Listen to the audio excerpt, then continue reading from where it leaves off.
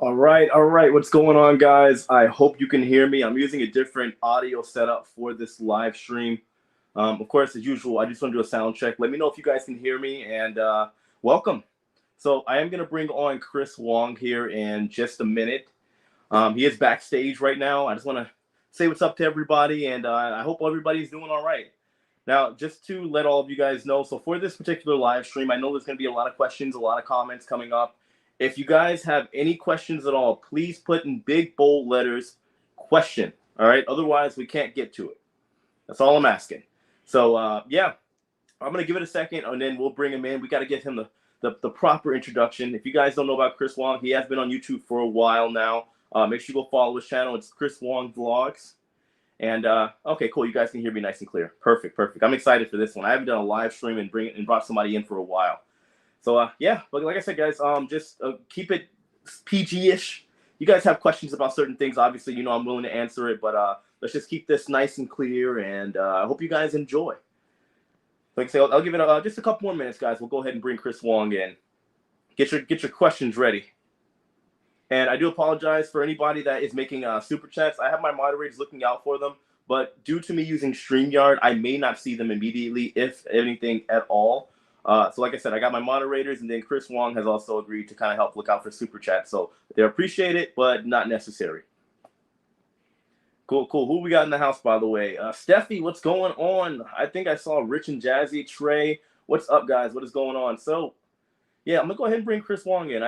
Chris, I apologize. I know I told you earlier too. I was gonna let you know when we were getting started. I looked up and it was already like 6:01, so I apologize, man. But yeah, let's go ahead and bring him in. The myth, the legend, Chris Wong. Yo, what's did up, you man? Just call me a legend? Yes, you are a legend. You're a cruise ship legend, man. You've seen things that we have not seen. So anyway, guys, this is Chris Wong. Like I said, subscribe to his channel, by the way, if you haven't already. Hit that like button if you guys are just tuning in. Now, Chris, let's just go ahead, man, and start it off. Give us your backstory. Everybody likes a good backstory. How did you get, first of all, on the ships? How long have you been working on ships? And how did you get into YouTube? Yo, my story is kind of cool and kind of interesting. And a lot of people don't know, like, almost the first half of my career. Because I started making YouTube videos like in my 4th contract. So I had like 3 contracts prior, which not a lot of people know about. Maybe my OG viewers, where I have briefly talked about it. But I've been, which surprises a lot of people, started working on ships in 2013.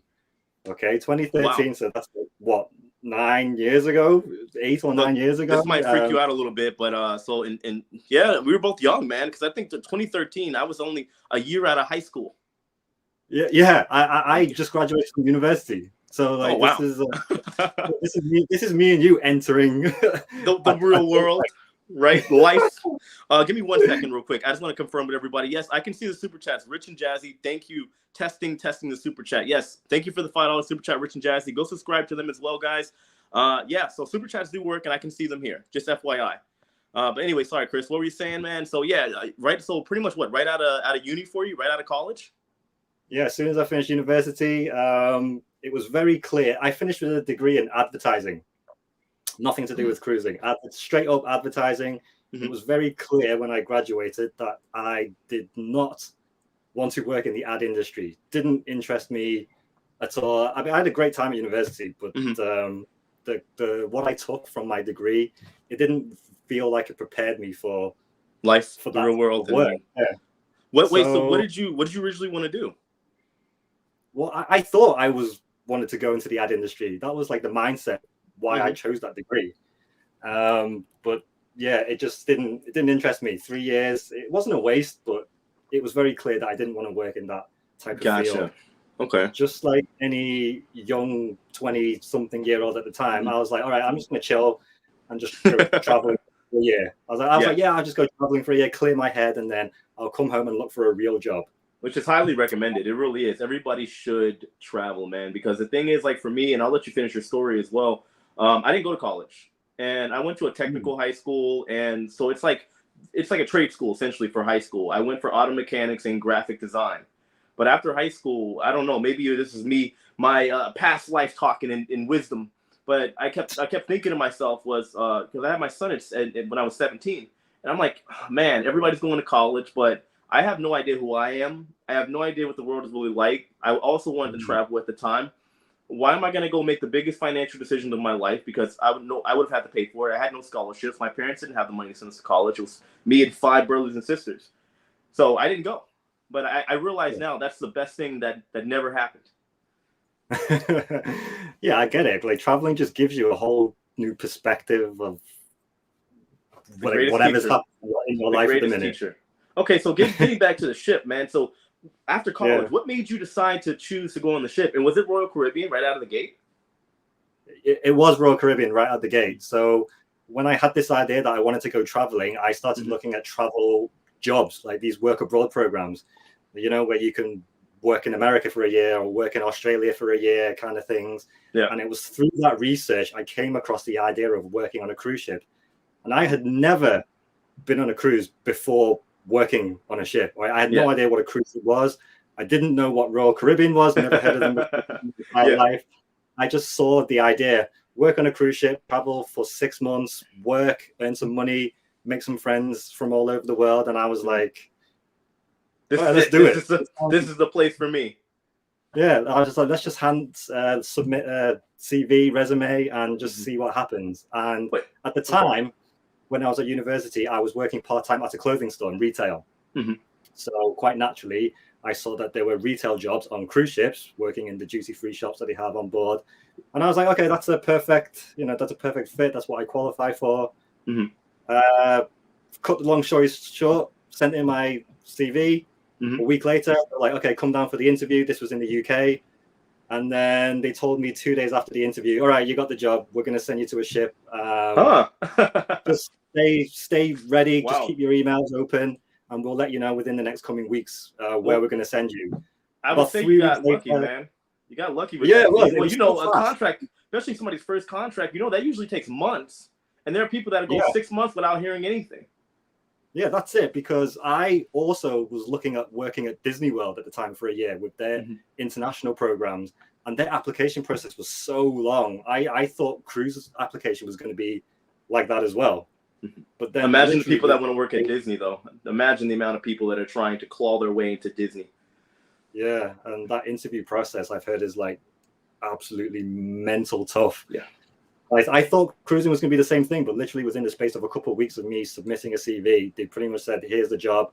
And then 3 weeks later, they were like, okay, here's your email. You're going to Royal Caribbean Independence of the Seas. And I was like, I have no idea what that means. I went straight to Google. I was like, what is Royal Caribbean?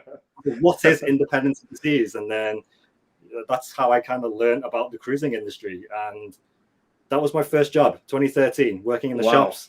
Independence of the Seas, and that's kind of where it all started.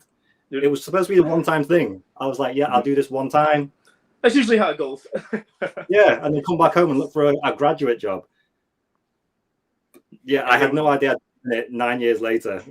It's just one more contract. That's usually how it goes, right? You always say that. But I would say, dude, you definitely got the luck of the draw, man, because if you just kind of winged it, not knowing what Royal Caribbean is, you could have got, I'm not going to name any names, but you could have got some rinky-dink cruise line where you wouldn't have been happy. And you would have been stuck there for 6 months. Yeah, exactly. At the time, the only cruise line I heard of was P&O, and that's that's because they're big in the UK. Yeah. So yeah, when I got Royal Caribbean, I was just like, okay, I guess this is it. Dude, you got lucky. They could have not been so royal. You know what I mean? Yeah. Whenever something tries to make something sound so fancy, it might not always be that. But real quick, before we continue with your story, because this is interesting. Steve Chaput, thank you for the $2 super chat. By the way, shout out to everybody that's in the chat. Make sure you hit that like button. Cruise Habit is here. I'll be staying with Cruise Habit. We're going on Bahamas Paradise this weekend, guys. Make sure you stick around for that. Shout out to everybody. Of course, we do have Annette Harvey. Welcome, Wanda. Everybody, welcome. I appreciate all of you guys. Now, let's just go ahead and continue on with the story. So you, Independence of the Seas, and you started out in shops. And then you transferred to casinos when? A little later. Okay, so this is the part of the story that a lot of people don't know. And I have mentioned it briefly one time in one of my older videos. So I worked in the shops for 2 contracts. Okay, so these were back-to-back contracts. And then after I finished my second contract, I was ready to move on to a different role because I knew, working in retail, it wasn't the direction I want to It stay in. probably gets repetitive after a while. Real tedious, one-dimensional. It is. And retail job on the cruise ship is just the same as a retail job on land. It's no different. Now, You're doing. It seems like things might be a little slower at times too. I know they have like the days where they have, let's say, a sea day where they have deals to get people into the shops. But it seems like whenever I'm on a ship, there's not a lot of people really. Like you'll see one or two people in there browsing around. But I would imagine it's probably a lot of standing and waiting during a lot of those days for you, especially on well, I guess maybe not a port day. Well, the shops are open during port days, right? Not when we're in port. When we set sail, and then it'll open in the evening. Yeah, shortly after, right? So yeah, you're right. Those sea days are long. Working in the shop, like really, really long, and it is a lot of standing around, a lot of cleaning, a lot of inventory. So it was very clear, and I'll be honest as well, it's not the best pay working in the shops. So that was also a big reason why I didn't want to continue to stay in part of the cruising world. So it just so happens at the time I was friends with the people that work in the art gallery. Now I don't know if you, in your cruises, if you ever spent time in the art gallery, if you ever went to any of the Park West art auctions. Yeah, I have. I've hung out with the South Africans over there. Yeah, they're always South African. A lot of the Park West guys are from South Africa. Well, I don't know why. It just the way it is. Well, it's like if you look at the Steiner, when they hire for the spa, you'll see a lot of people from the UK as well. Yeah, absolutely. Yeah. It's just I don't know why. It's just the way it is. Familiar. But anyway, I was friends. Yeah, I was friends with the art guys on Independence. We were hanging out one day. I think it's okay for me to say this. We were actually playing poker in one of their cabins, and we were having a discussion, just me and the guys. And I was just like, "Look, I don't think I want to do this anymore. I'm sick of just working in the shops. I want to do something else." And it was them. They were like, "Why don't you come over and do what we do?" And I was like, "What do you do?" And nothing works. And I said, "All right, I've got nothing to lose." So they actually recommended me to Park West, and I actually did that for one contract. Okay, a lot of people don't know that I did the whole Park West thing, but this was not on a royal ship. Okay, they actually sent me to Holland, America. Oh, so I've actually worked on a Holland, America ship. How was that? Internet's all good. It's a little spotty here and there, but I think it's okay. Can you hear me? I think he's checking his signal. 1 second. Yeah, can you hear me? I think we lost Chris. 1 second, guys. I apologize. Remember, keep in mind that he is on the ship right now, so thankfully he's still just kind of hanging out in Seattle. Can you hear me? See me? Yeah, I think we can all see you. We can hear you. You're good. Or maybe not. Oh, no, we lost Chris. Give us 1 second, and maybe he's refreshing his page, guys. I apologize, but well, like I said, Chris is working on the ship. I hope you guys can still hear me. I think my signal should still be good.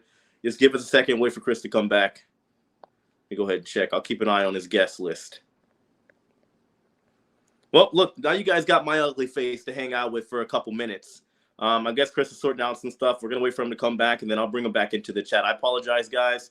And Linda and Chrissy, thank you for the $5 super chat. Let me see, guys. So, yeah. Like I said, oh, yeah. So he's refreshing the page. Let's see here. Fast Wi-Fi at sea, huh? Yeah. Fastest Wi-Fi at sea. Royal Caribbean, you owe some people a refund. Let me see if he's coming back. You're handsome. Oh, thank you, Don. Thank you. Let me keep checking on his page here. I know he has the code to get back in. Sorry, guys. Internet crew is very crappy. That I know. I was there. Does he have to pay for Wi-Fi? I don't think at the moment. Typically, yes. We'll get into that whenever he comes back in. When did I start working on ships? I started working on ships, and what year was that? My first one was 2015. Oh, I think we got Chris back. Hold on. Let me see if I can bring him back in. Oh, he's here, but he's not here. Give me a second. Jay, when's your next cruise? I'll be on Bahamas Paradise on Saturday. 2-day cruise, and then after that, I'm jumping right on to Freedom of the Seas, and I'll be doing a back-to-back there. That's the plan. Yeah, guys, I appreciate you sticking around. I gotta, it's cruise ship Wi-Fi, and I'm telling you right now, for the crew, it's not the greatest. So he'll be back in a minute. Let's see. Have I been to Paris? Yeah, of course. Yeah, my girlfriend's French. I've been to Paris. Is not my favorite place. Yeah, crew internet is tragic. Yes, it is. It's very, very, very horrible. This happens every time I call my boyfriend. He's on Disney. Yeah, I would imagine.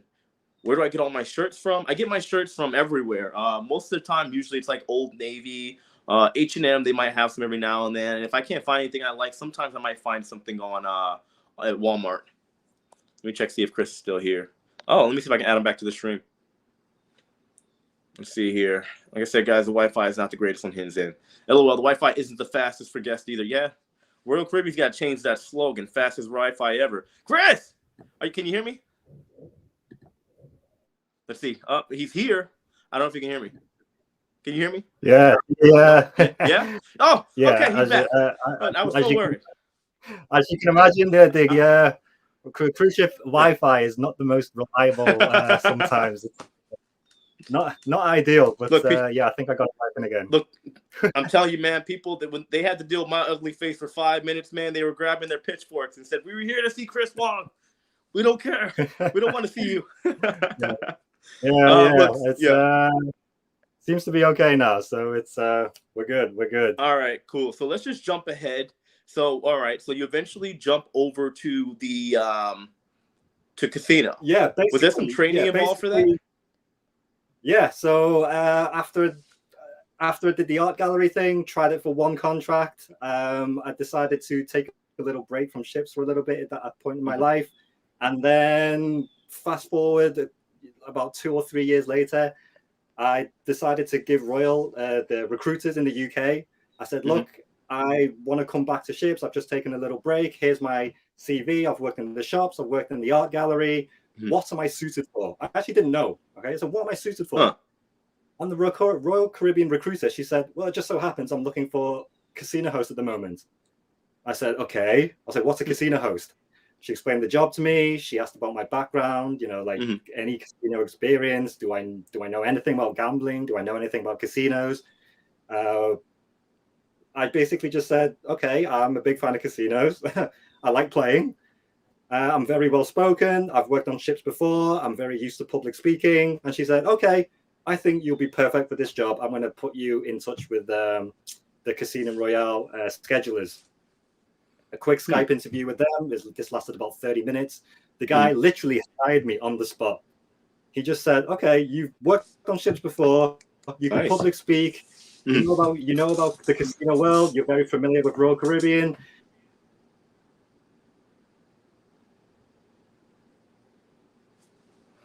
Oh, no, he froze again. Oh, things are getting good. We're going to ask some good questions here. Give him a second, guys. Remember, crappy Wi-Fi. Here, guys. So until he comes back, and I do apologize. This might happen more than once or twice. I apologize in advance, guys. But let me see. Stephanie, when it comes to Steiner, most spa employees from the UK are from the UK because the training facility's in the UK. That I know. And employees would have to pay for room and board while training. Therefore, it's cheaper for someone in the UK. Now, that makes sense. Yeah, I had my friend Lisa way back when I started my channel. She broke down all of that. I just would imagine with a international company, they'd be a little bit more like accommodating for all the potential employees for them. Question: does Bahamas Paradise have a second ship now? No, they do not. Like I said, guys, I apologize in advance. Chris is going to come back. He'll be back hopefully in a couple minutes. And we'll go ahead and probably go straight to the questions. I know you guys have a couple questions for Chris Wong. Is the Freedom of the Seas 3 and 4 days or 7 days? Right now it's 3 and 4. 3 and 4 day cruises. We see you. You're back. Yeah. Hopefully he comes back here in a couple minutes. But if not, guys, I do apologize in advance. Now you're stuck with me. It is what it is. He'll be back here shortly. And like I said, we'll go ahead and get straight to the questions for you guys whenever he comes back because the Wi-Fi again is probably still here and there, kind of in and out. So I do apologize. Let me see here. Miss Taylor, wow, thank you for the $20 super chat. I hope to meet you on Ovation Seas Alaska May 13th. I'll be running around, so if you see me, please come say hi.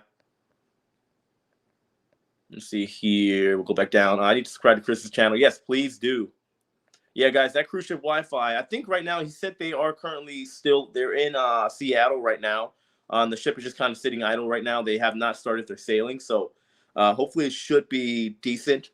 But yeah, it's always frustrating. This is my biggest worry with live streams. You never know exactly how good it's going to go because if you're on ships, even if you're a guest, sometimes the Wi-Fi on board is not the greatest. Oh, I think we got him back. Let's see here. All right, I'm trying to sign him in now, and hopefully be here in a second. Let's see. Chris, can you hear me? Yeah, I can hear you. I can imagine. I can imagine the very size. Temperamental. No, I would imagine. I can imagine the anger of people when they just got to deal with me for 5 minutes. Everybody starts signing out. They're like, we don't want to see this ship life guy. We're here for Chris. I'm gonna try to find some questions here. Somebody was asking, when was it? Well, you're on Ovation right now, right? Ovation of the Seas, yeah. Yep. And how long is your contract right now? So I am scheduled to be here till September this year, at the very least, potentially beginning of October. So that's a standard contract length. For Royal, 6 months, 3 weeks is the average, I would say most people do. Yeah. There is some extensions every now and then, that I know. And it also depends on what department. Exactly. So sometimes business needs may require you to be extended. And in those situations, you actually, I mean, you do obviously have a choice. Like they can't force us to stay, but if we get asked to extend, chances are we will end up staying because we don't just want to leave and be like, this isn't my problem. It's the end of my contract. Yeah. Well, especially if you want to go back. I know I have seen like trainers that are on the ship in the gyms. They do like 9-month contracts. I've seen some of them. Yeah, exactly. So like these girls, like you said before, these Steiner girls in the spa, their contract lengths are like 9 months or something. Yeah, it's just a long time, But hey, you gotta do what you gotta do to survive out here. Now, hold on, before we get back to it, somebody asked, what happened on Holland America that caused you to leave? I didn't leave. I finished my contract and then went home. And I decided at that moment that I just wanted to take a break from working on ships. I did 3 contracts in a row. Wanted to just go home and just chill for a bit. And I did a bit of traveling. And that was the point in my life when I started making YouTube videos. All right. So this is not this channel that we're looking at right now. Mm-hmm. I actually had 2 YouTube channels prior to what I have now. Heck yeah, it always starts out with something. I got like 4, man. So Mate, my first 2 channels were an absolute disaster. Like seriously, nobody watched it. It was all sort of based around like travel. Like that's what I thought I wanted to go in. I thought, yeah, I've got all this experience traveling. I'm gonna be the next big travel blogger. that was the mindset I had.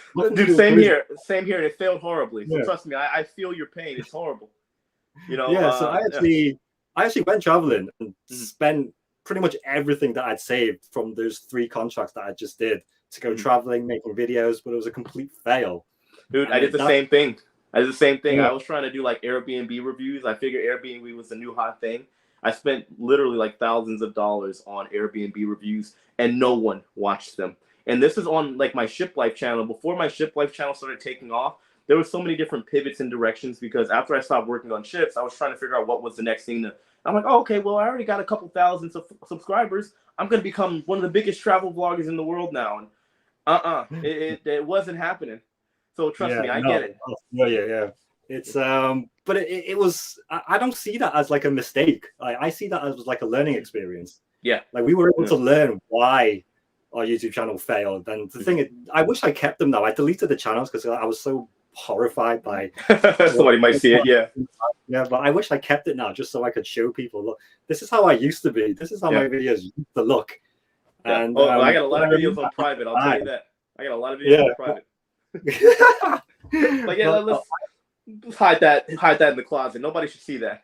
But at the time, I thought it was like amazing. I was just like, yeah, these videos are so sick, and I couldn't understand why nobody was interested. But basically, after that failed, that's when I kind of came up with the idea. Okay, I need to go back to ships and work because I spent everything I saved traveling. Yeah. So I was like, I need to go back to work now, and then that's how I ended up getting in contact with Royal again, and then they hooked me up with transitioning into the casino world. And that's essentially where I am today. That's when I got the idea I want to make cruise ship videos. Because I was like, okay, if the travel thing didn't work, scrap that idea. What can I do that hasn't been done before? Because I realized the reason why nobody's watching me is because I'm making videos that are already out there. So nobody needs to see. And the reality is there are people that are well polished. They have better editing skills. They're already better on camera. They already have gone through the grunts of the struggle of getting to where they are. So now you're trying to compete in a very large market of travel. So yeah, I mean, it took me a while to realize that too. And I'm like, I've been all over the world. How am I not getting views? But I realized there's so much more building your character and creating a community. There's so many things that go into it that a lot of people don't really think about when it comes to being a content creator. What was I going to ask you? So here's my question. When did you start like the cruise vlogs? Because I feel like we started around the same time. Who's the real OG of the cruise ship? Okay. When did you start? 2018. Me too, but when in 2018 did you start? Like, because my first upload was like late September, I think, of 2018, and then I kind of stopped, and then I started filming. I think it was December 2018. So I think I win. Look, so I'm the true OG of the consistent cruise ship YouTube video thing. No, I'm kidding. I really don't care. I thought it was cool when I started because look. So what was crazy for me is that my channel, like I was just bored one day. Like I said, I was telling you when we talked yesterday, I've yet to see anybody with my kind of contract. I was working for NCL like 2 days a week. I got bored, stacked my phone with some books, and started talking about what it was like working on cruise ships. And my first thought was, it'd be cool if the video got a couple hundred views. I woke up the next day to 24,000 views on the video. Yeah, which is mental. Yeah, I didn't know. I thought it was kind of normal, and then I kept uploading the video. I did a tour of my room, and I got 50,000 within like a couple days, and I was like, oh. This actually is kind of sort of working, but not really because I don't know how YouTube works. Well, I definitely knew who you were when I first started. I think I remember coming across your channel and like one or two others at the time in 2018. Like this was before like cruise ship vlogs, I think, were even a thing. Yeah. I don't think it was. Nope. Well, that's when I started because nobody was doing it consistently. Because I think me and you, we had the same mindset. I was like, okay, how can I kind of break into traveling without the challenge of everybody else in the world trying to do it because it's so desirable. So I looked at cruising. I'm like, oh, it is kind of like a taboo world working on cruise ships, especially after I got on board. So it just kind of worked out. Yeah, 100%. And that's exactly the mindset that I had when I came up with the whole I want to make cruise ship videos thing. Because I said there's no other crew member right now in 2018 at the time. There's no one showing what their life is like on board. Yes, and exactly. I was the first person to see like, okay, I'm joining a ship today. Here's me walking on the ship. And I made a video. Here's my cabin. Here's my next video. Here's how much money I make. And I think because I was the first person to really start making consistent vlogs, I slowly got that reputation of, oh, he's the crew vlogger. Yeah, which was different than anyone. Now there's so many crew members vlogging, and a lot of crew members on the ship coming up to me asking to help them out and things. So it's almost like I started a wave of crew vloggers, and there's a lot now. There really is. And it just amazed me because I didn't know how many people were going to be interested in that. Yeah. Because I was just like, oh, is the reason why these videos aren't already existed on YouTube because nobody's interested in that? But then lucky for me, there is so many people completely fascinated with how working on a cruise ship is like and seeing how cruising is like from a point of view. Yeah. And I've just continued to stick with it since. It's it's been kind of crazy and almost overwhelming, like the response. Yeah, it really is. But speaking of which, hold on, because I'm realizing like the super chats. I apologize, guys. There's a ton of super chats, and they just kind of like they come and they go, and then I can't find them anymore. Kiara S, thank you for the $20 super chat. Everybody else, thank you who has put in a super chat. If I didn't get to your super chat, please let me know in the comment section below. I'm gonna try to be a little bit more vigilant. Thing is, with this platform that I'm using for this collaboration, it's kind of weird and wonky, and it's not letting me go to the comments that I want to go to. So I apologize in advance, guys. But if you send a super chat, I'm gonna try to get to it, and I apologize for missing them. Give me a second. So what were you saying? So just continuing on with the crew vlogs. I've noticed more and more other crew members around me in this ship and other ships starting to do it. And yeah, it's kind of cool that it's accepted now. Like, I think back in the day, like cruise lines were always scared about what crew members were going to put online. Yeah, but of course. Yeah, I think they can see now, like, you know, we're not actually showing anything bad, or we're not saying anything bad. Yeah. And yeah, I've actually, when people come to me and say, "Oh, you actually helped me decide to work on a cruise ship," like after watching your videos, I decided to work on a cruise ship as well, and I was just like I didn't think. It's crazy. You don't think about the impact. And give me a second. I want to talk about that stuff in a minute, especially with the cruise lines and vlogging and stuff. But I do want to get to a couple questions. Like I told you earlier, I want to try to like get a good like mix of questions versus us talking, because you know I could talk your head off and we could talk about this stuff literally all day. But I want to make sure I keep everybody involved as well. So first up, we have Chris. Question: Do you guys teach yourselves how to edit your own videos, etc.? First of all, yes, I did. And even at to this point, I'm still not a tech savvy person. I use iMovie first, and then a friend recommended this other app I do everything on my phone, from recording to editing. Now I use this app called KinMaster. Pretty useful. A lot of people say the editing is pretty decent, but no, I'm not really a tech savvy guy. What about you, Chris? Same. I'm still using iMovie. I got nothing wrong with iMovie. It does everything it needs to do. Yeah. YouTube tutorials is the best way to learn everything. Dude, and I kind of taught myself. YouTube. Yeah, I taught myself a little bit when I was at university as well. It was kind of related to advertising, so I kind of learned video editing during my time at university as well. But mostly YouTube tutorials. Yeah, guys, University of YouTube, they can teach you a lot of things. Give me a second. We got a super chat. Alex Hernandez, first of all, thank you for the $20 super chat. Love your channel. Thank you for sharing your experiences. I'm living the dream through y'all. Well, I'm glad that we could give you the dream. Or wait, no, that came out wrong. But you know what I mean. I'm glad that we're able to give you some type of value. I appreciate you for tuning in, and thank you for the super chat. Now let's see. Question, Chris. They said, would you work for Virgin Voyages? Would you work for Mr. Richard Branson and go hang out with Ryan Reynolds and J-Lo? Would you do it? At this point, I'm probably going to say no. I'm definitely intrigued to see what the cruise line's like. Yeah. At this point, I'm very loyal to Royal. I'm not going to jump ships. I'm not going to go to another cruise line. But the cruise line's fascinating, 100%. I would love to see it from maybe a guest point of perspective, and just check out how it is interesting as a guest. I'm going back in July, and then I'll be in Greece. I'll be going on the inaugural for the Valiant Lady. Not Valiant Lady. I'm going back on the Valiant Lady this summer, or going over to that ship. But the Resilient Lady, I'll be on the inaugural for that over in Greece. I do have. I'm sure you're familiar with Lucy. Of course.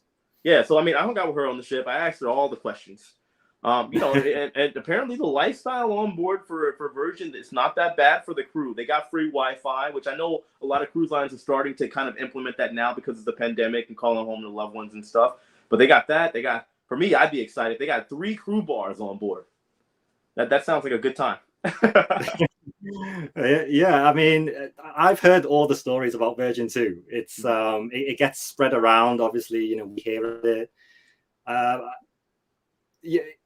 A little part of me does kind of think, maybe I should just try it just to see what it's like. See if grass is greener on the other side, because I'm they don't live up to the name from what I'm hearing on Virgin. Virgin is not the thing on that ship.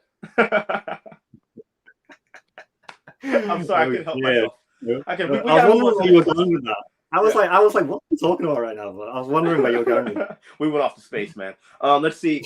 Question for you again, Chris. Have you been to Alaska before, and will you be able to get off the ship to explore Alaska? I've briefly been through Alaska during my time on Holland America, but this will be a lot more properly. This will be the whole season. I'll be here for the whole season. Right now, when it comes to shore leave for crew, we are still waiting for that to be approved. We have been told at this moment that we can definitely get off. At least for this month, we know for sure we're not going to get off. So starting next month, when this season actually starts, so there's no passengers actually on board the ship right now. Alaska season will start next month, at the beginning of May. We've been told it's looking good, but it's not 100% confirmed that we can actually go out just yet. But it's looking promising. That's what I will say. Yeah, I mean, I'm personally for me, man, and I get it. You know, we talked about this earlier because I told you that right now Carnival is letting the crew members off, NCL is letting crew members off. Now Royal is going to have their reasons. Like I said, I mean, it could be just business, there could be stock issues, there could be just overall looking at their demographic of people, their customers, and saying, okay, well, would they prefer this? Would they not prefer it? What will make them feel comfortable? There's a lot of reasons for it. So I'm understanding of it, but I do hope you guys are able to get off because I talk about this stuff on my channel all the time, as you know, when it comes to the crew. The First of all, cabin fever is real. I know. When you want to, you can't. It is hard staying on the ship for so long. Mentally, it's mentally draining, especially considering the hours that all the crew members work as well. Yeah, for sure. So, like I said, it's looking promising, and I can't. If it does happen, I can't wait to start making videos in Alaska. The things that I could see, the excursions, just the way the ports look, completely different vibe to the Caribbean, and I can't wait to fully get stuck into that and just start seeing what activities I can do. It's going to be it's really exciting. It's the reason why I actually asked to come to this ship and do this season. Like I requested to come to Ovation just because of Alaska season, and it's going to be a completely new experience for me. Oh yeah, trust me, I'll tell you, Alaska is beautiful. I've been to Alaska twice, but I've only been to Fairbanks and I've been to Anchorage. So it'd be cool to go to Juneau and check out the other ports. I'm definitely doing well watching. I told you already, I'm bringing my mom, but I'm excited. Yeah. I'm excited. Yeah, it's going to be cool to see you. Yeah, no, we're definitely gonna have to hang out. And by the way, shout out to Touring Plans, guys. I have to plug it in. They gave me a junior suite for the cruise. So I got a nice big balcony and everything. I'm just excited. It's going to be great overall. Now, I'm going to get to some more questions in a second here, but what I wanted to ask you, piggybacking off what we were saying earlier. So, yeah, when it comes to cruise lines and content creators these days, I do feel like it is kind of becoming normalized because this is what I explained to my audience, is that this is the digital revolution that we're in. And if somebody's going to get the footage anyway, somebody's going to do it anyway. And it's like, so for example, I'm not sure if Royal Caribbean knows about your channel. Have you spoken to anybody, HR or anybody? Have they talked to you about the channel at all? Oh yeah, Royal, Showside, they're very familiar with who I am. The guys at Casino Royale, they know who I am as well. It's and they love what I do, because they know what type of content I make, and they know what you represent. Yeah, of course, exactly. And I think they're aware that a lot of my audience, if not 90% of my audience, are actual cruise passengers on Royal Caribbean cruises. So they're aware of the good that my channel is actually doing. And I think I'm in some ways I've even helped bookings as well. I'm sure I was going to say that, the thing is, and just looking at it, I try to look at everything from every single angle as best I can. It is a beautiful thing in this world that we're living in now, where you can literally reach potentially the entire world or whoever's wanting to listen through, let's say, your cell phone, right? And it's like the world is so connected now in the best ways, and it's creating a lot of opportunity. And let's say for Royal Caribbean, let's say people like you and me, the reality is that we have a little bit of a influence, so to speak, and we have a community. And the thing is, I can't even imagine the amount of people that come on the ship looking for you. They may not come there solely for that reason, but they're excited when they get on the ship and like, oh, I want to meet Chris Wong. And then vice versa for me, it's still weird now because even when I first started my channel, there are people that will recognize me when I was doing my show. And then when I'm on the ships now, I mean this in the most humble way, I cannot walk anywhere on a ship these days without somebody wanting to hang out and talk. And then they realize that I talk too much. And, then we're stuck with that situation.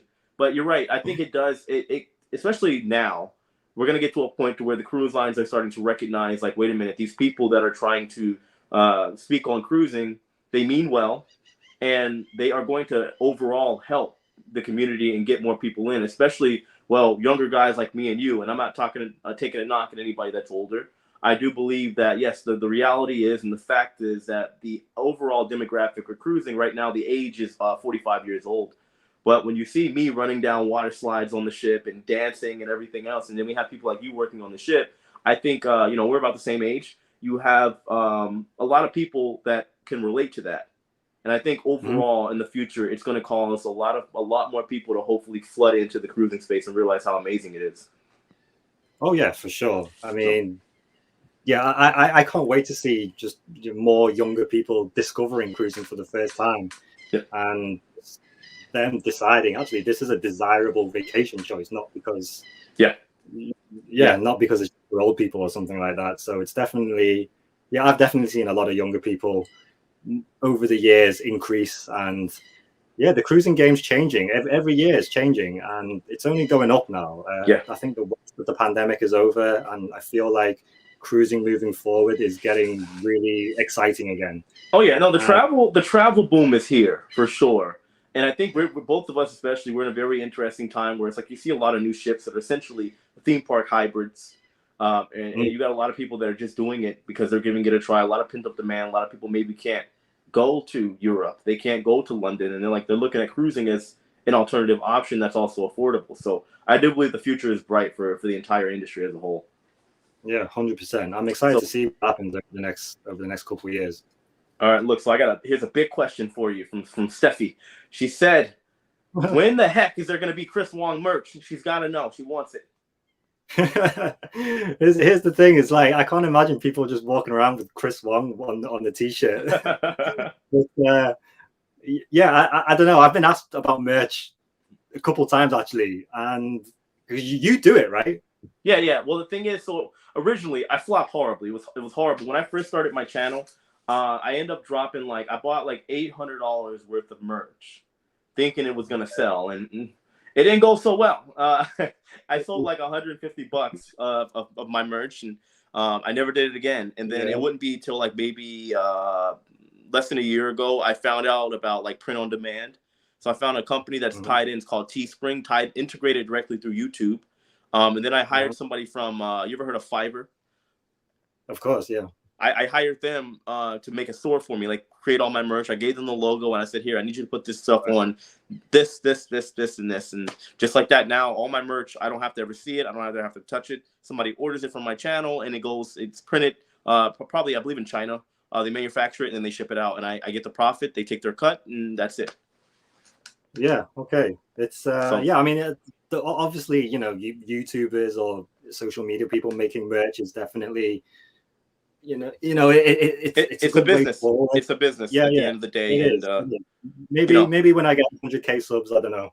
You get before that, dude. Your 100K is right around the corner for you anyway. But here, I got another question for you. So they said, so working in the casino, what do you do when the ship is in port? That is a very interesting question. I'm actually curious myself. That's our time off. So when pre-pandemic days, I'm going out into port as much and as often as I can. It's our way to travel the world. It's the number one perk of working on a cruise ship. Yeah. And I've said that throughout my entire career. You're there to see the world. So when the ship is in port, and with my job, working in the shops, working in the art gallery, working in the casino, all three, we're closed and we are free to go out and actually explore. Sometimes it's great. Yeah, I mean, sometimes there are situations where we do have to stay on board. Port manning. But most of the time, exactly. But most of the time, we are free to go out.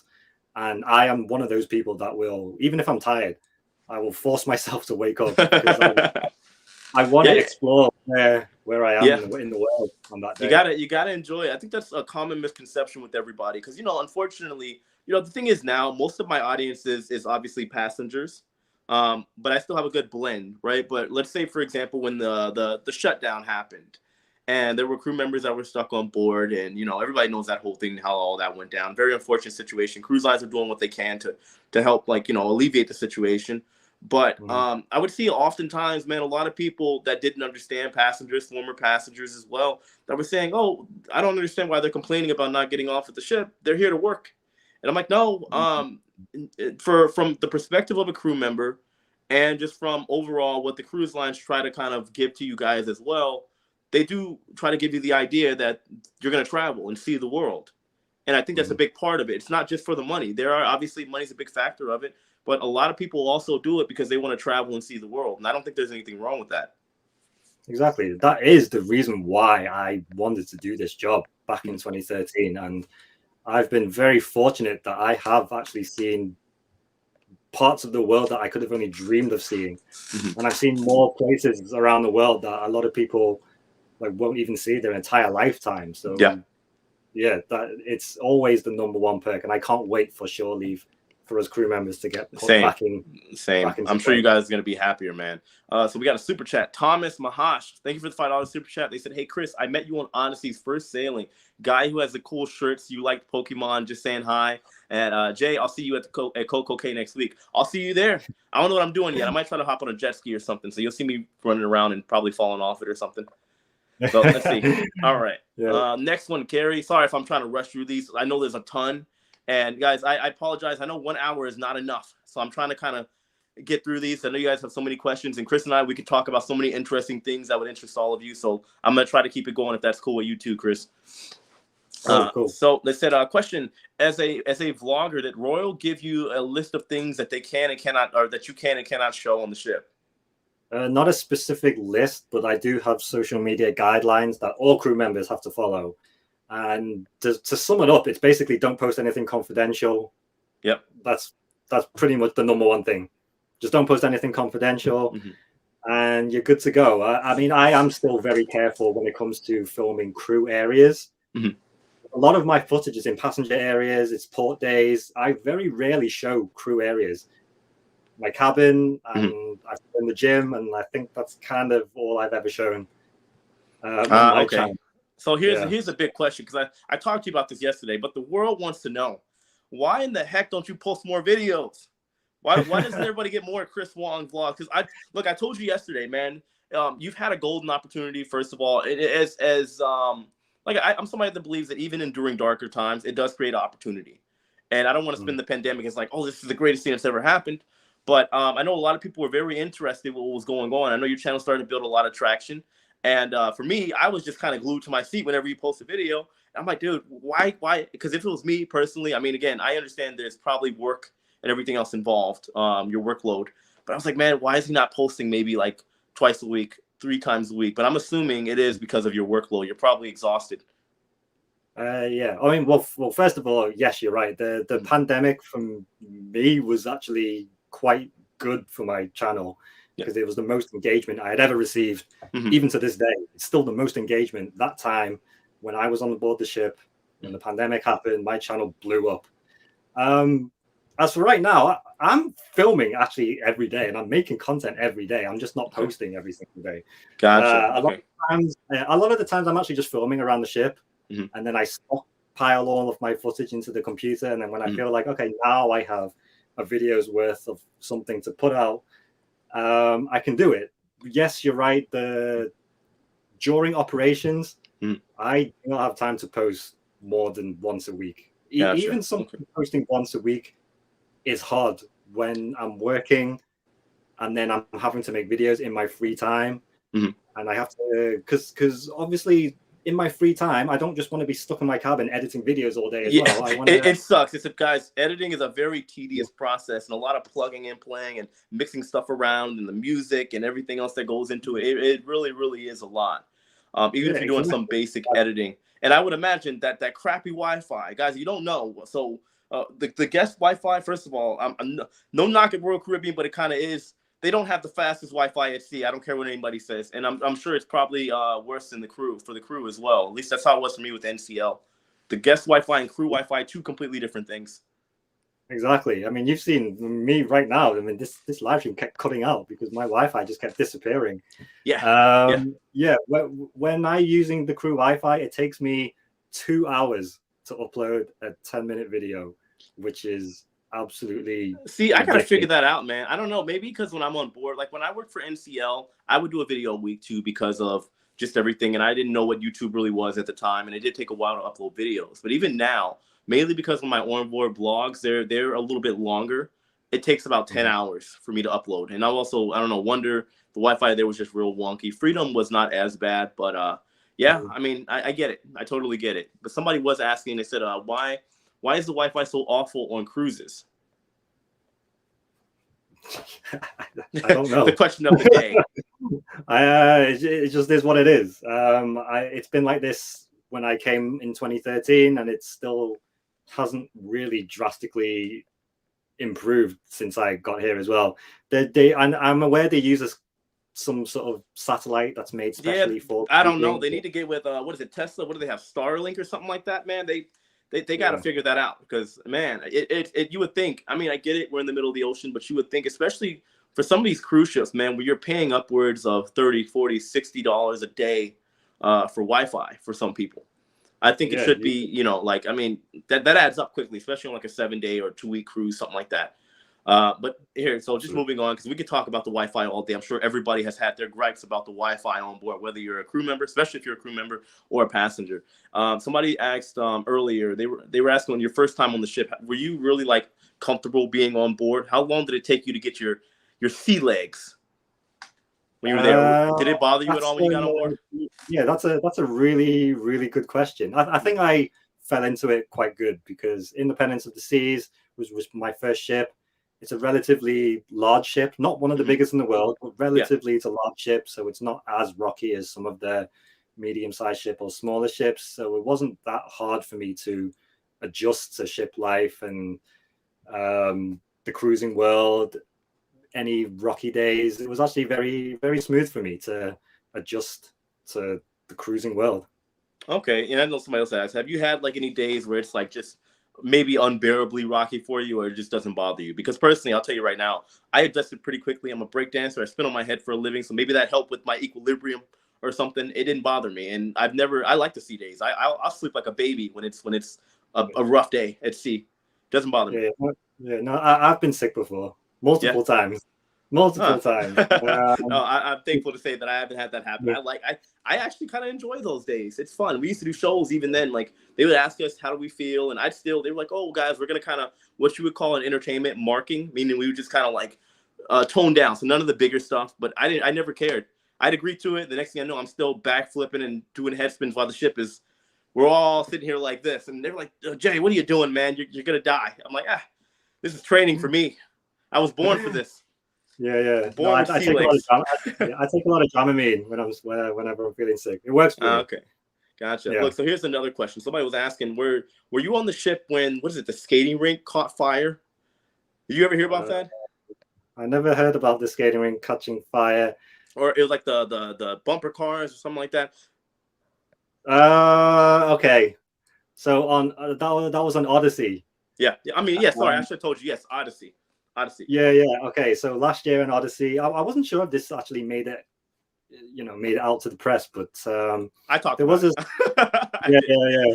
there was a small fire incident on Odyssey right at the beginning of the contract for me, like just before the launch. Actually, one of the bumper cars caught fire, and it caused a little bit of damage to the I forgot what the venue's called now. I forgot what it's called. The C-Plex? Is that what? The C-Plex, yeah. Floor, yeah. It caused a little bit of damage to the floor, but look, nobody was harmed. Nobody was harmed in Royal Caribbean. They got good staff on there, man. They put it out quickly. It was no big deal. Yeah. So, guys, you got to think these ships are basically small cities. So this is why you see things happen. It's not the Disney. I mean, even at Disney, things happen all the time. So let me see. Here's a question for you, Chris. Also, other than cash, what would be a great gift for passengers to give a crew member? Now, before you answer that, I always say, guys, straight up, cash is king. Because for a lot of the crew, they are there to work. Yes, they're there to travel, but that's kind of like secondary.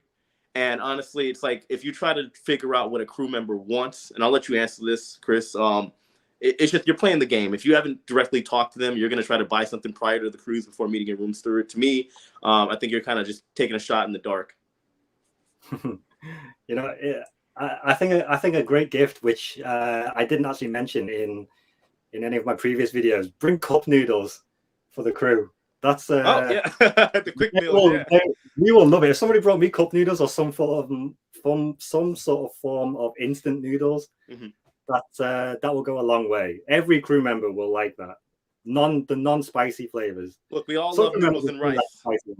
We all love noodles and rice. Like for me, I don't care. Like the rice on board, but there's an unlimited supply of rice at the mess, guys. The mess is where the crew members go to eat. Now, here's the thing: what people used to think I was the weirdest guy ever on board. I had guest privileges, and I'm very transparent about that when I was working on board for NCL. And I could go, like, we had this diner area called O'Shea's, this restaurant, and everybody would go there all the time. There were limitations. We couldn't go everywhere. We had to dress up and stuff. And for me, that was just too much of an inconvenience. So I went to the mess, and when I tell you, every day I ate all the rice and all the mystery meat. I couldn't help myself. The mystery meat was the bomb. I didn't know what it was, but it was delicious. It hasn't changed. It's still There's still mystery meat in there. it's You the look at same thing. it's not labeled. You're like, what kind of meat is this? You know, I mean, I've never tasted squirrel before, but I guess I'm pretty sure I probably at this point have. I don't know what they're grabbing over there in the. Now, again, it's good. And again, I don't mean this as a jab for Royal Caribbean or any cruise line, but it probably is just like some chicken and stuff. But the way they cook it, they try to make meals universal for everybody. So there's meals in there and meat that maybe it's not foreign meat, but it's the way in different parts of the meat and chicken and stuff, the way they prepare it, it looks something different than what I would know as an American. But we got a super chat. Yeah, it was delicious. But so we got Patrick Henry. Thank you for the $10 super chat. Love you guys. I met Chris when he was working on the cruise shops on Independence. It's in India. Wow, that's an OG fan right there. Then, because not a lot of people know me from when I was working in the shop days. Mm-hmm. So yeah, it's always interesting when people say they recognize me from such a long time ago. It's it's one of the things I love about YouTube, actually. Yeah, it's amazing. It really is. It still blows my mind, man. I remember the first time my channel didn't blow up until the pandemic, because prior to that, there's like a clear difference between like February 2020 and March 2020. My channel literally just like a rocket ship took off. I had like 9,000 followers, man, and I spent that year and a half, year and some change, 18 months, literally just in my room making videos. Sometimes I'd stay up for days on end making the videos, right? But I didn't really realize that people were watching until I went to, you were on board actually at the time. I went to Port Canaveral, because it's like 2 hours away from me, for the arrival of Odyssey of the Seas and the Carnival Mardi Gras. And I hear behind me just random people like, hey, I think that's that Ship Life guy. I think that's Jay. Go take a picture with him. I'm like, no, it's okay. He's busy. And that was my first time really experiencing people recognizing me. And I'm like, oh, wow, I forgot. I've been in my room by my bed just making videos, and people actually have been watching. It's a real experience, and I'm thankful for it. Yeah, when people come up to me in the casino, like they come up to the desk just to say hi. Even people who are like, oh yeah, I don't even like the casino. I just came to the desk just to see if you were here. And I was like, oh, okay, cool. Wow. Yeah. And then, so here's another thing, just to kind of piggyback off of just the whole exposure and everything, man. Because I mean, we technically got like 3 minutes left, but if you don't mind, I want to stick around for maybe like another 10. So I can get these questions for people. I'm guessing you're not going. I don't think you're going anywhere, right? But the internet might go somewhere, but yeah. Okay, so here was my question. So what is next for you? What exactly do you want? Because I know you were telling everybody you want to do the travel vlogging thing. What is the next pivot for you? Because you've seen, even during my channel, I went from being a crew member to talking about exclusively cruise stuff to then trying to do other things like Airbnb reviews, which flopped and failed horribly. I almost quit like 50 million times. But now I was able to kind of like slowly start to, I did the news, and then from the news, I started to kind of blend it in with me being on board, which was, I was worried. I didn't know if my audience would take to that well, but it worked out well. But what is your plan? What do you want to do after this? Working on ships, another contract? I have briefly spoke about this in previous videos before, where I've said I would hope to one day be in a position where I could do YouTube or content creating full time in some sort of way. And that's been the goal for me for a while, and that's still the goal for me now. As soon as I would say YouTube channel gets to a point where I feel like I can potentially take this full time and I don't need to be a crew member anymore, I would love to start cruising as a passenger and start making more cruise ship videos more frequently. As a crew member, I am very restricted into how often I can post and what you can say and stuff like that. Naturally, you got to keep it. Yeah, when if I'm a passenger, I should be able to be a lot more free to create just even more cruise ship content. I want to keep my YouTube channel cruise ship related. I do want to branch out into more travel as well, like yourself. But cruise ship content will always be the key for my YouTube channel. And if I could make that transition from maybe being a crew member to a passenger and start making videos a lot more frequently and start showing royal ships from the passenger side and maybe even comparing it to the crew side, I think that's a nice sort of avenue that should hopefully do well for me. Okay, well, no, that's great. First of all, and guys, we've already talked yesterday. I already told you, man. hit me up. I will gladly get you on a tour cruise with me. Now, given we're gonna have to do some crazy stuff, man. I don't know how you feel about jet skiing and scuba diving, man, and being up all night, but we're gonna have to do it. We're gonna break you in right. Yo, me and you on a cruise ship is gonna be a sick time. I told you already, man. Hit me up, man. I consider that also from a business perspective. That's an investment, man, because there's not too many people that are like us doing this stuff, and I consider it both me being a former crew member, you being current. I feel like that's the right thing to do, man. So let me know. I can make the arrangements. We'll get on whatever ship. I guess we'll maybe ask everybody what ship should we get on, because I know next year out of, I think it's London. What is it? Is it the Iconic? Not Iconic. Is it? No. Icon of the Seas will be sailing out of Southampton. Yeah, next year. Next year, yeah. So, I mean, we can look around and see what's going on, but dude, we definitely got to get a collab, an onboard collab going for that one, man. I'm gonna tell you right now, though, it's gonna get wild. All right, you think you think I got a lot of energy now? Ask everybody who's met me on a ship. We play no games around here. We show people. I mean, given it's to me, I love what I do, right? And just like you do, and I think I don't forget where I come from, and to be able to have this freedom, and to be honest with you, it's privilege and luxury to be able to now work on go to whatever ship I want, record and document whatever I want. I don't take that lightly. So a lot of people don't know how much. Same with you. They don't know how much time and effort goes into making these videos, man. And we are grateful for the opportunity, but at the same time, like you said, you would pivot and become a vlogger mainly for cruising, and maybe start branching out. So whenever you do that too, man, I'm going swimming with some whale sharks next month. I'll be putting that on my other channel, guys. Jay the Nomad, make sure you follow that. You're gonna have to come with me at some point, Chris, because I got some crazy stuff coming up, man. But it's all a byproduct of me coming from a crew member perspective, man. So dude, like you got to do it. And then whenever you do your first cruise ever, you got to come. You got to come hang out with me. Yeah, absolutely. Yeah, me and you belong together on a ship and just do some crazy stuff. And I can't even imagine what type of videos we'd make. So, dude, man, yeah, I'm telling you right now. I'm telling you right now, I will spare no expense to show everybody everything. It'll be the craziest, wild, most informative, because we know, we do our homework too. Informative cruise that the world has ever seen. But also, would you say you would exclusively do a Royal Caribbean starting out? Absolutely, for sure. It's the ships that I know the most still about, obviously. It's the cruise line that started everything for me. I'm interested to see how Celebrity is, obviously being a sister company to Royal. Okay, so you wouldn't cheat on the Royal Caribbean group, not just yet. Not in me to do that. So yeah, start off with Royal, maybe branch out to Celebrity, and then we'll see what happens. But I mean, I went to Disney World recently with my girlfriend, and a lot of people, I vlogged that trip, and a lot of people liked, my perspective and the theme parks and things like that. So that was already me experimenting, like branching out into something not cruise ship related. That's what YouTube is, man.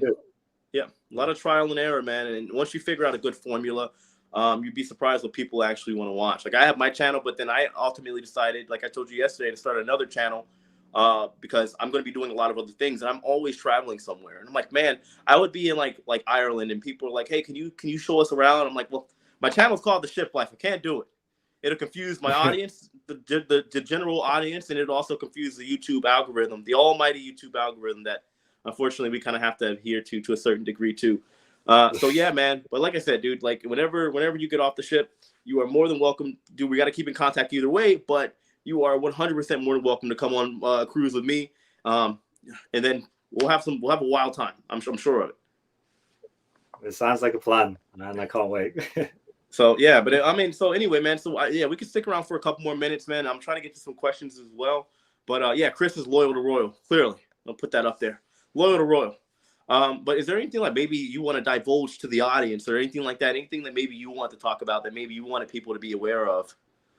Maybe with anything, or are there anything you want to say at all?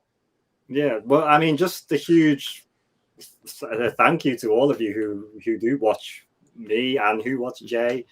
It's because of you guys that we have this platform, and it's already bigger than both of us could have ever imagined. Oh yeah, dude, I'm telling you, behind closed doors. Yeah. Behind closed doors, man. I've cried. I've legitimately cried at what has happened, man. from the sponsors to the videos to the views, and it's legitimately life changing. And I tell my audience all the time on most of my videos at the end, I'm like, I love you guys, because it's such a humbling thing to see how many people are literally sitting here willing to hear me talk. Because I told my audience recently when I got my silver play button, the YouTube award, dude, I had speech problems for a long time. But I was always kind of a talker, and I was always seen as kind of like annoying for a lot of people. And now people that are willing to sit here and watch me talk for minutes on end, it's valuable to me. It really is. You can't put a price tag on it. So yeah, and I don't think people fully understand when we say it has changed our lives. Like making videos, has put a whole new perspective in our life. And I'm not just talking about financially as well, but it's just the engagement we have. I mean, between the people that I've come across, man, it's like I don't know how many times I go on a ship, and people, they offer me to come check out. Like it was a guy, man, a really cool guy. I'd never met him before, and he goes, "Hey, man, why don't you come check out my family sleep?" And I was on Wonder, and I'm like, dude, like, you don't know me. I could be a robber, a burglar for all you know, man. And, you know, now given I'm not that kind of person. I guess sometimes when people are genuine, it shows. It really does in a lot of people. But again, like, yes, the money, and I talk about this my channel every now and then. It is a factor. I'm not a big money guy. I'm the kind of guy that shops at Old Navy, and I help out who I can. I got no problem buying dinner for somebody that maybe wants to learn about YouTube or whatever. I think that's important. Now, yeah, do I want like a Tesla one day? Yeah, maybe, you know, but we all have things that we want. But at the same time, like, for the past year and a half, when I started kind of coming into money with the pandemic and stuff and my channel taking off, I invested, like, literally, other than bills, 90% of that money went back into me booking cruises and buying gear and, you know, all this tech and stuff for my videos. So, and that was even while I still had to get my own personal life together financially. And I was like, you know what, this is an investment and it's an opportunity and it's going to come back one way or the other. And that's how I look at it now. I'm about to start doing some, you know who Mr. Beast is. Of course, man. This man gives away like god-like amounts of money. I'm like, dude, one day I'm gonna just give. I told you yesterday, man, give a crew member like $10,000 just because, my room steward or something. That would make me happy. It legitimately would. Yeah, I mean, if we could be in a position to do something like that. Yeah, like I'm not yet. YouTube pays well. YouTube pays more than anything I've ever done in my life. But yeah, I believe like the investments, the mission has to be funded. But when I get to a point to where I can do those things for people, like there's times where now I'm offering my friends free cruises. I'm like, look, you can come with me. Well, not free. They gotta hold the camera for me. But you know, I said, look, you want to come with me, man? I'll pay for you. To me, as far as I'm concerned, that's an investment. That, you know, I believe in making my channel not be so one-dimensional. I'm trying to bring friends of mine in. I'm trying to bring family, and I brought my girlfriend Lauren in. I think it's all important because a channel can get stale after a while, you know. And at the same time, I consider everybody that's here watching my videos family. And, you know, the thing is, I want to be able to give them the best possible experience, you know, that is available at my disposal and that I can do for them. So when I'm walking around on ships with my camera and whatever, I believe in capturing the experience, and I believe in the interactions are also important, because anybody can look up any particular ship and look at a virtual tour, cruise ship tour. But most people, whether they want to know it or not, or believe in it or not, they want to know what the experience and the vibe is like for the ship, because every ship is different. Oh yeah, for sure. And I think that's why tour videos. Yeah, I think that's why people like my tour videos when I show like every ship I've worked on. They like it when I compare it. Yeah, even when because this ship is the same class as Odyssey, but I like picking out the differences and being able to talk about it. I'm looking forward to that. I just got off the Odyssey, so I'm looking forward to seeing the differences. I'm also looking forward to getting on the North Star in Alaska. Yeah, I've heard it's a completely different vibe compared to the Caribbean, and just seeing like snow and mountains compared to just like islands. I've heard it's like people like pay a lot of money for this. So I can't wait, man. Right. So hold on, I got a super chat. David Bartash, sorry. Thank you for the $10 super chat. If the opportunity presented itself, would Chris jump to a full-time career in marketing department for Royal Caribbean? That's a good question. Would you be if they offered it to you? Would you be marketing, or would you really continue to try to pursue YouTube? Well, I'd be tempted just to like look into it for sure. I mean, that sounds like it would be a very nice opportunity. But we are working shoreside for the office. That never really played like a factor in my head. It wasn't something that I thought that I would like to do or transition into. I always just had the goal, okay, I just want to be a crew member and then become full-time content creator. Yeah, but I mean, I'm probably going to say no. Okay, if that opportunity did come up, I'd probably look into it, and I would probably think it over. But I'm leaning towards maybe no. Yeah, it's just because working shoreside, it just never really appealed to me, just personally, and that's it really. Yeah. I know. I agree 100%.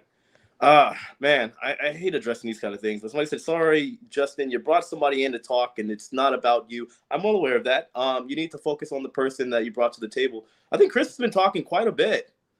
I Guys, think we're just doing Friday. yeah, I think we're doing. I mean, given I'm a little rusty on the live streams and stuff, but this isn't like a podcast. I think the conversations are important, guys. Because Chris and I are This is talking, my I think. first ever live stream too.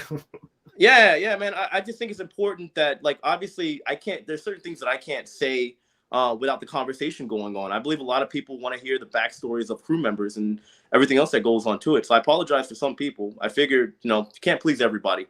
But for everybody that has been watching, I apologize. That's the situation. But I mean, if anything, me and Chris could probably do more live streams. A part 2 would be nice. But yeah. Anyway, man, I just wanted to kind of just hash that out. But let's see. Wow, 2 cruise YouTubers I follow is fun. Both channels content, man. Yeah, I appreciate it, guys. Let me see. Yeah, no, I'm not paying attention to it, guys. Don't worry. I mean, well, me and Chris both know the reality of YouTube, man. Speaking of which, dude, I know whether you want to talk about it or not, man. I know you were talking about during the pandemic, man. There were a lot of mean comments that you have to deal with, man. And I apologize for that too, by the way, dude. We both go through it. Yeah, for sure. And it's just the reality of YouTube, man. But it just goes to show how much we love what we do. We're willing to kind of take the punches. Yeah, I mean, obviously, unfortunately, negative comments or hate comments, it is part of it, and you do have to accept it. Yeah, but for me, it was never really, it wasn't anything hard to deal with. Like, I was almost expecting it because I knew as you become bigger and as you grow, negative comments also grow. And you can either let it affect you. Yeah, you can choose to let it affect you, or you can choose to just ignore it and focus on the people that do support you and just keep doing what you love doing and not let it discourage you. And I've always had that mentality.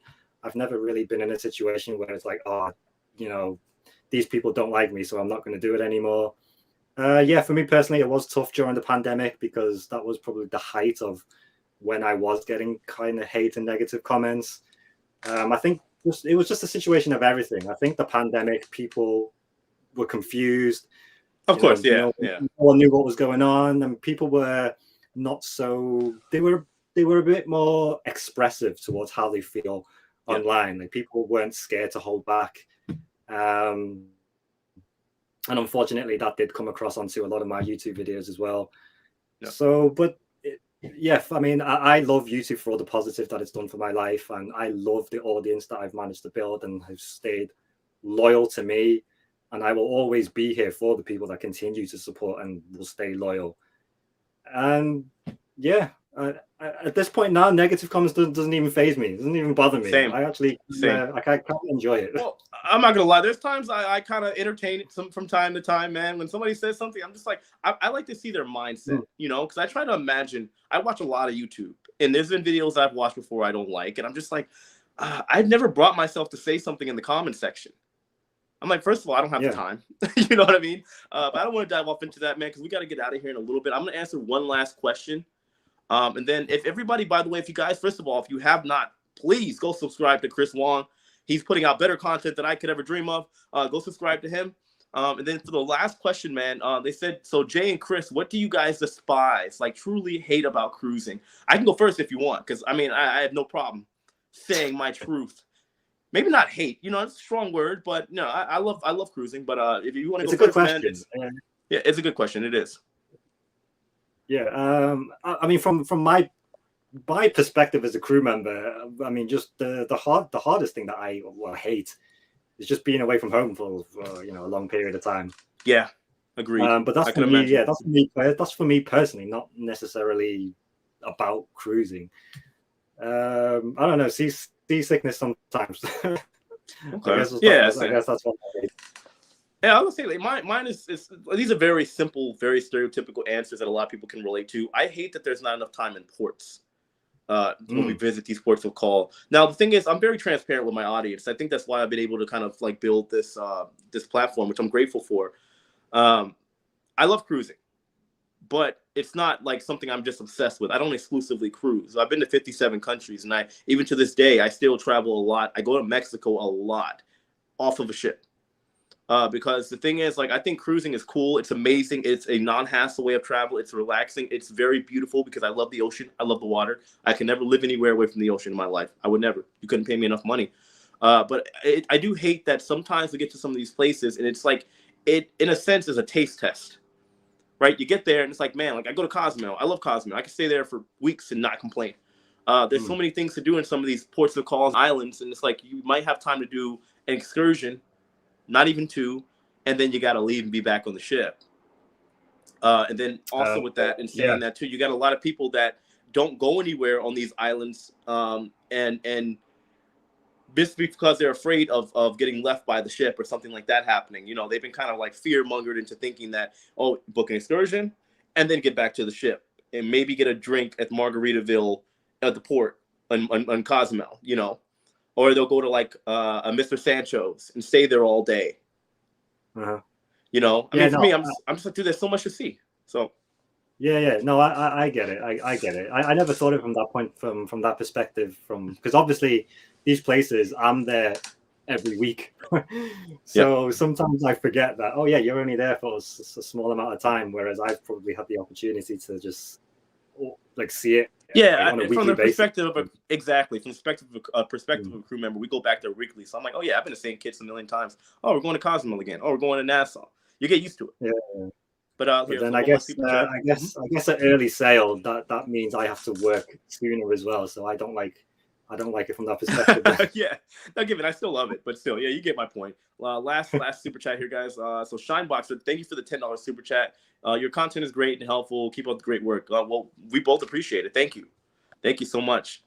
So look, yeah, man. I know we've been dragging this on, man, but I feel like me and you, well, even yesterday, we could sit here and talk for hours, and then trying to answer questions in between, guys. I apologize if we didn't get to every question. I know we definitely didn't. If you guys want, we can definitely probably do a part 2, because I think you're on the ship for like a month before you start sailing with paying passengers. The first paying passenger cruise is on the 5th of May. So okay. Then I'll be there like a week or so after. Yeah, so there's still a little bit of time.